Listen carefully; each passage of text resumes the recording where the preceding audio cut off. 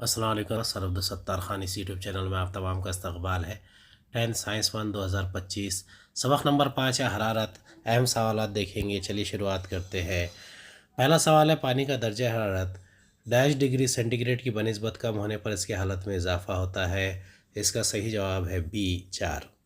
دوسرا ہے ہوا میں آبی بخارات کی مقدار کو ڈیش کی مدد سے ناپتے ہیں۔ اس کا صحیح جواب ہے اے مطلق رطوبت۔ تیسرا ہے ایسا مظہر جس میں برف پر دباؤ ڈالنے پر برف کی ٹھوس سے مائع حالت میں تحویل ہو جاتی ہے، دباؤ ہٹ جانے پر مائع دوبارہ ٹھوس حالت میں تبدیل ہو جاتا ہے، ڈیش کہلاتا ہے۔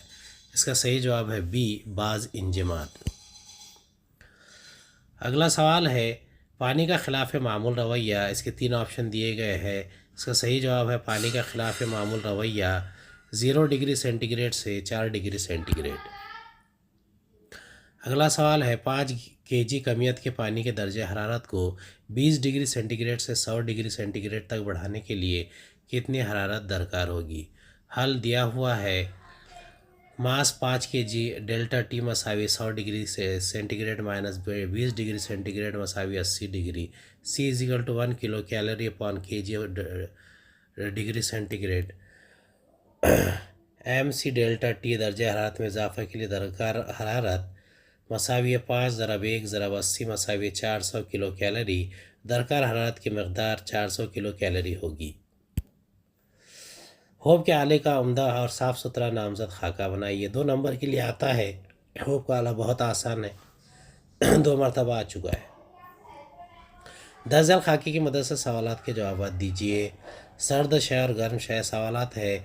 پہلا ہے حرارت کی منتقلی کہاں سے کہاں تک ہوتی ہے؟ بی اس عمل سے ہمیں حرارت کے کون سے اصول کا پتہ چلتا ہے؟ سی اس اصول کا استعمال کر کے کس شے کی خصوصیات کی پیمائش کی جاتی ہے؟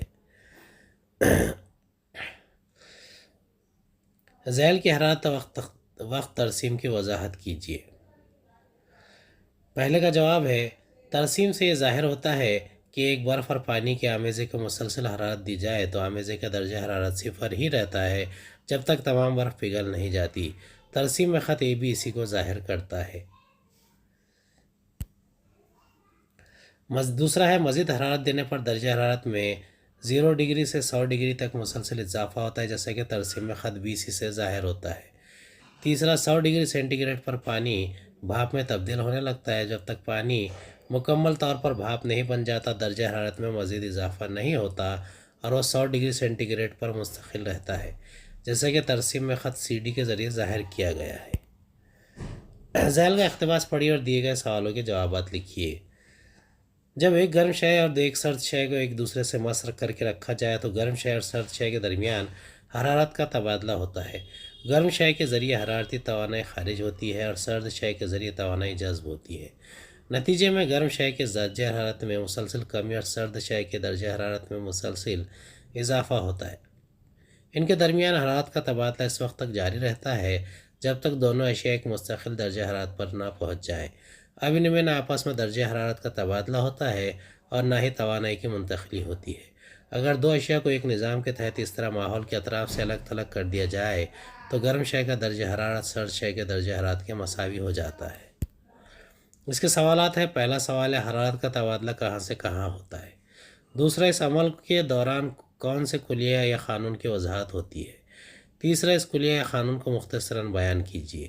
چوتھا اس قانون کے استعمال سے شے کی کون سی خصوصیت کی پیمائش کی جا سکتی ہے؟ پہلے کا جواب ہے گرم شے سے حرارت خارج ہوتی ہے اور سرد شے میں حرارت جذب ہوتی ہے، اس طرح حرارت کا تبادلہ گرم شے سے سرد شے کی جانب ہوتا ہے۔ دوسرا حرارت کی منتقلی سے مبدل حرارت کے کلیے کی وضاحت ہوتی ہے۔ تیسرا اگر 2 اشیاء کو ایک نظام کے تحت الگ تھلگ کر دیا جائے تو سرد شے کی جذب کردہ حرارت مساوی گرم شے کی خارج کردہ حرارت۔ چوتھا اس قانون کلیے کے استعمال سے اشیاء کی حرارت کی خصوصی استعداد کی معلوم کی جا سکتی ہے۔ امید ہے آپ کو ہمارا ویڈیو پسند آیا ہوگا۔ اگلے ویڈیو میں دوبارہ ملاقات ہوگی۔ خدا حافظ۔